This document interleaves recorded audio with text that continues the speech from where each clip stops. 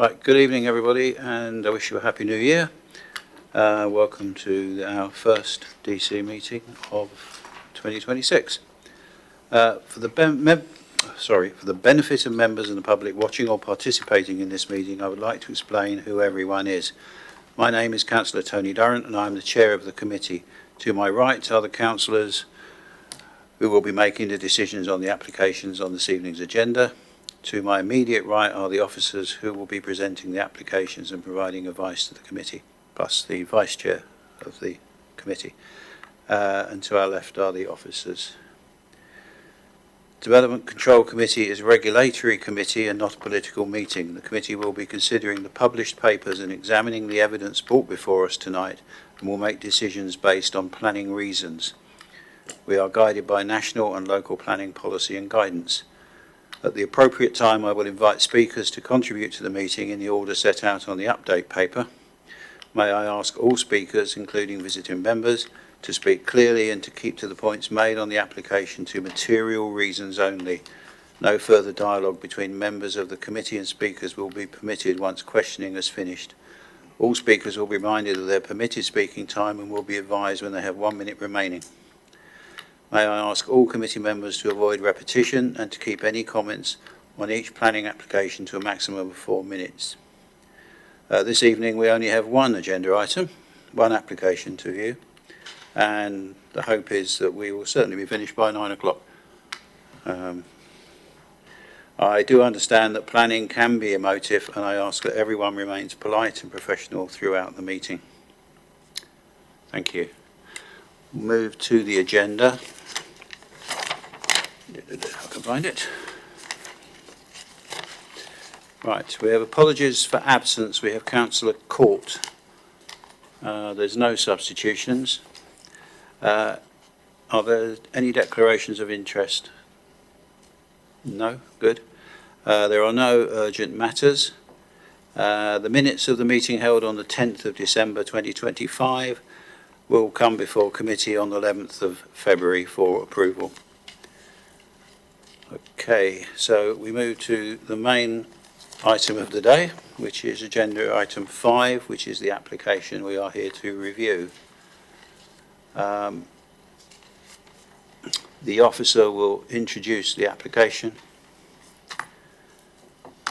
If you would. Thank you, Chair. So the application site in question is land at Maxfield, which is to the southwest of Bales Meadow in St Marybourne. The scheme seeks planning permission for the construction of 4 dwellings and an associated access alongside parking areas and gardens. The development would further be supported by off-site biodiversity enhancements to the south of the proposed dwellings. The update paper before you provides an amendment to paragraph 8.32 of the officer's report regarding bedroom sizes and also confirms agreement to the pre-commencement conditions. With regard to the update on the drawing references, this no longer applies and full consideration should be of the list of conditions, the plan conditions in the report. And the scheme is recommended for approval subject to the conditions outlined within the report and following the completion of a legal agreement to secure biodiversity net gain.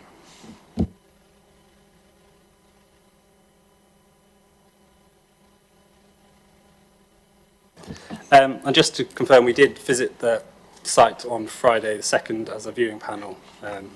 Thank you. Right, thank you.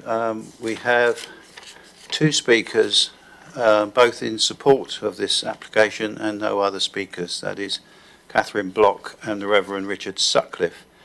If you would like to come forward and take seats on the right-hand side, you will have 4 minutes between you, and I will call when there is 1 minute remaining.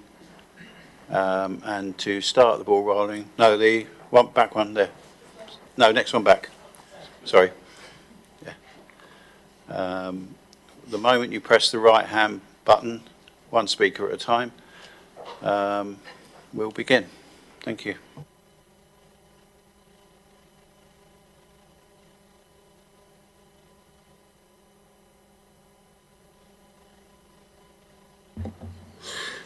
So we're looking to build 4 houses in this development. One house, a 4-bedroom house, will be sold on the market to help fund the development. One 3-bedroom house for my eldest nephew, his partner and 2 daughters. A 3-bedroom bungalow for me and my sister, and a further 3-bedroom house for my younger nephew and his wife and young son and daughter. I've lived in St Marybourne for most of my life. My sister married a villager and her 2 sons, my nephews, were born and brought up in the village. My late wife and I also made our family home with our late son in St Marybourne. Our family has always been very active in village life. My sister, my nephew's partner and eldest daughter run the village shop and cafe just a few hundred yards from the proposed development. One of my nephews is a local farm worker, and my other nephew and his wife work locally in Andover. They're also active in local clubs such as the local bowls club. And I am one of the local teams of one of the priests in the local team that serves St Marybourne and a number of our neighbouring parishes. The children attend local schools. Building these houses is the only way that my nephews will be able to afford to stay in the village, as neither of them can afford to buy a 3-bedroom house in St Marybourne. This would then free up further housing stock, the house where my sister and I currently live, a rented bungalow that my nephew and family lives in, and an affordable co-owned 2-bedroom house in Bells Meadow, where my other nephew and his family lives. I hope you can see that the development is a thoughtful and attractive design with plenty of landscaping features which we think will fit in well and enhance the surrounding area. And just finally, I'd like to make a note that the field is named after my late son Mac, who died when he was 16. He loved the village and being outdoors, and we hope that the landscaping and wildflower meadow around the development will stand as a lasting tribute to him. Thank you for the opportunity to speak tonight. Firstly, I'd like to acknowledge the recommendation for approval by your officers who have considered the application in detail and conclude that the proposal is acceptable. St Marybourne Parish Council have also confirmed no objection to the application. The Council's message over the last year has been clear regarding residential development in the countryside. Development proposals need to be in a sustainable location and not be isolated, that being not well served by the public transport or services and facilities. This site is located 20 metres from the settlement boundary of St Marybourne and is adjacent to the Bells Meadow development, the Bowls Club, and in walking distance to the village centre. Both these tests are met and the site is in a suitable location for residential development. As you know, the Council does not benefit from a 5-year housing land supply, and policy SS6, new housing in the countryside, is out of date.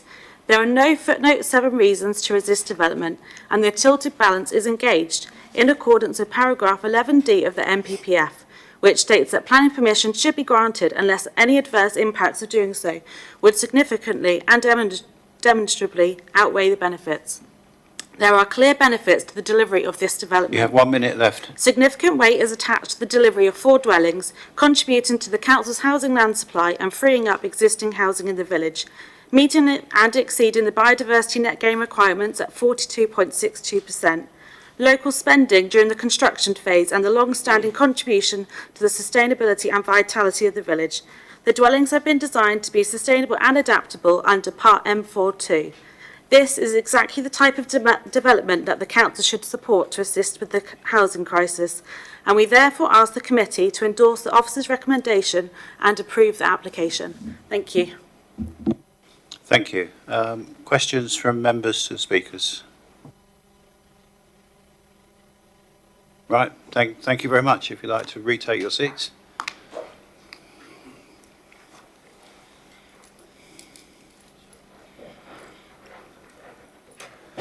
You have questions to, oh sorry, that was it.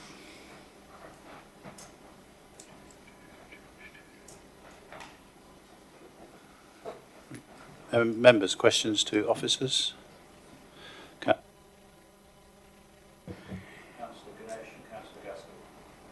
Okay. Yes, just clarification on the bins, which I assume it will have to be taken next to the highway. Is there sufficient space for the days that all the bins will be there for the 4 houses?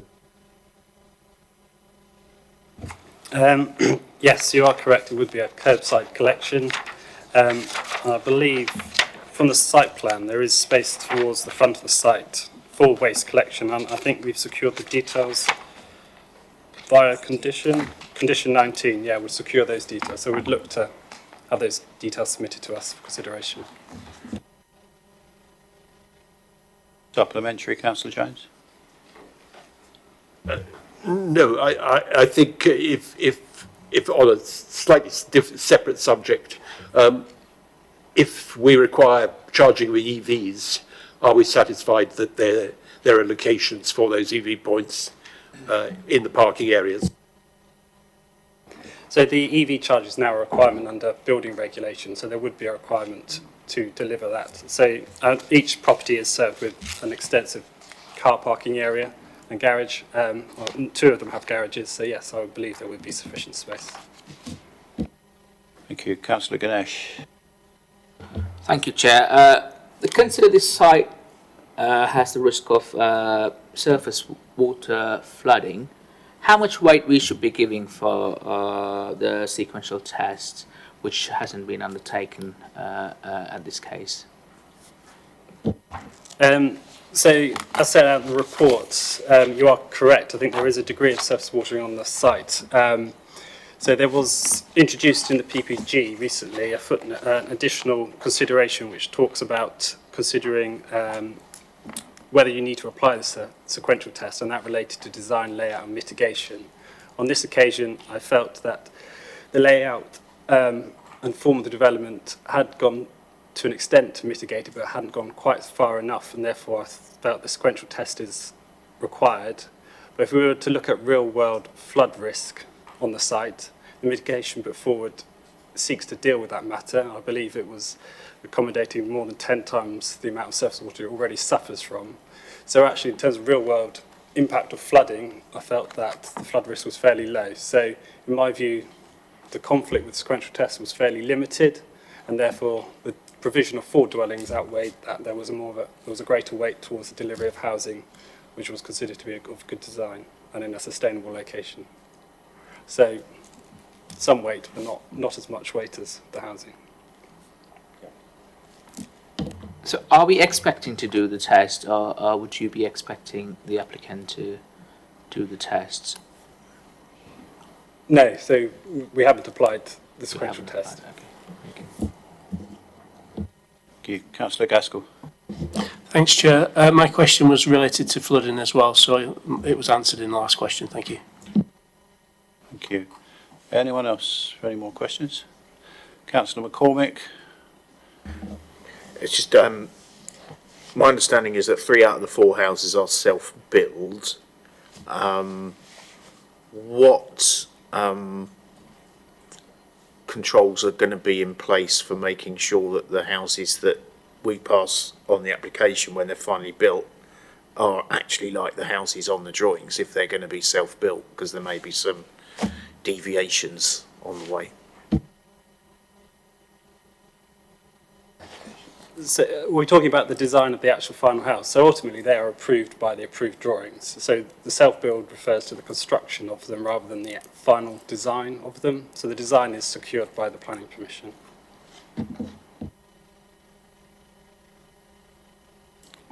Councillor Jones? The trees next to the bowling green, I think during the day, mostly that will be in sun, but I assume they will play in the evening. I think it'll be subject to a later report, but do we have any way to control that those trees should not be so large that they interfere with the bowling green? So you're right. I think as part of the landscape edition, we would be looking to secure those details. So the plan, the tree format, as shown on here, is indicative to some extent. So we would, as part of that landscaping scheme, make sure that the trees to be planted would work for the residents, the neighbours, and for the landscape. Thank you. Any more? Okay, thank you very much. Thank you. We can move to debate. Councillor Grassi, Councillor McCormick. I've actually looked at the parish council flood. I think it's flood strategy, but how to deal with floods, etc. And I noticed actually that it's unlikely in that area to flood. The main of the water ran down the main road, and So I think in that area, it's not been an issue. Councillor McCormick? Yeah, when we were on the site visit, we did ask the question about the risk of flooding. The field that the house is going to be built on is lower than everywhere else. Occasionally there are bits of surface water there, but it's the drainage has been taken into account with the scheme. The parish council is supportive. There are more letters in support than there are objecting. It looked like a good design in a good setting. So on that basis, I'm happy to move the recommendation. Thank you. Do we have a seconder? Oh, Councillor Freeman. Off the blocks there. Okay. Anyone else have anything else to say? Councillor Hussey. This application is different from others in that there are 25 letters in support and 17 in objection. So when we went on the site visit, I highlighted in the report the objections to look for myself and for my own view. And the striking thing was when I stood on the application site at the front of plot 1 and looked towards Bourne House, I couldn't see it. It was hidden behind 50, 60 foot, whatever the height, fir trees and a lower canopy of ivy. And only when I moved to the far west of the application site was there a gap that I could see Bourne House. So I believe the intrusion of the development on Bourne House is not significant. And from Bourne House, I don't believe that they can see the church now.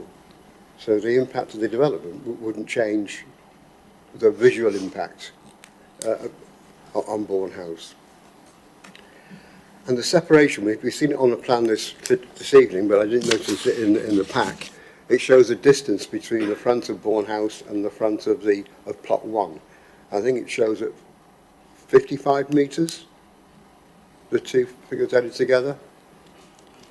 So there's no loss of privacy either for Bourne House. So it all stems down to, for me, whether this creep that is referred to in the report on the linear nature of the village, whether that is significant or not. And when I was on Google Maps, there's creep to the east from the B3048, whatever the road is, to Hurst Copse and the development there, and that's over 200 metres. This development is less than 200 metres, it's about 170, and it would be in line with Bourne House. So I don't see any significance on, we refer to creep away from the linear village. So I've looked at the objections, and I've looked at the consultees, and most have no objection, and the objections which have been raised I don't think are significant, and certainly don't outweigh the benefits of, and I need to quote this, the Historic Environment Officer: the scheme enhances openness and also considers it a sensitive and high quality addition to the village. So I have no hesitation in supporting the officer's report. Okay. Thank you very much. We have sorry, Councillor Freeman. Just to sort of reiterate, I think that it's these sorts of small developments are what we need in our villages, because people are having children, we need more houses, but the big sprawling developments do take away from the village life. So small schemes like this are really what they need to make the village sort of sustainable and keep it going. So I've got no problem with seconding this. I think it's a really good application. We have a motion on the table to approve the officer's recommendation. It's seconded, so we will move to vote. All those in favour? Yes. Thank you very much, everybody. Thank you. Yeah. The officer will confirm the decision. Thank you. The application has been approved, subject to the conditions outlined in the officer's report and subject to securing of a legal agreement to tie in the biodiversity net gain enhancements. Thank you.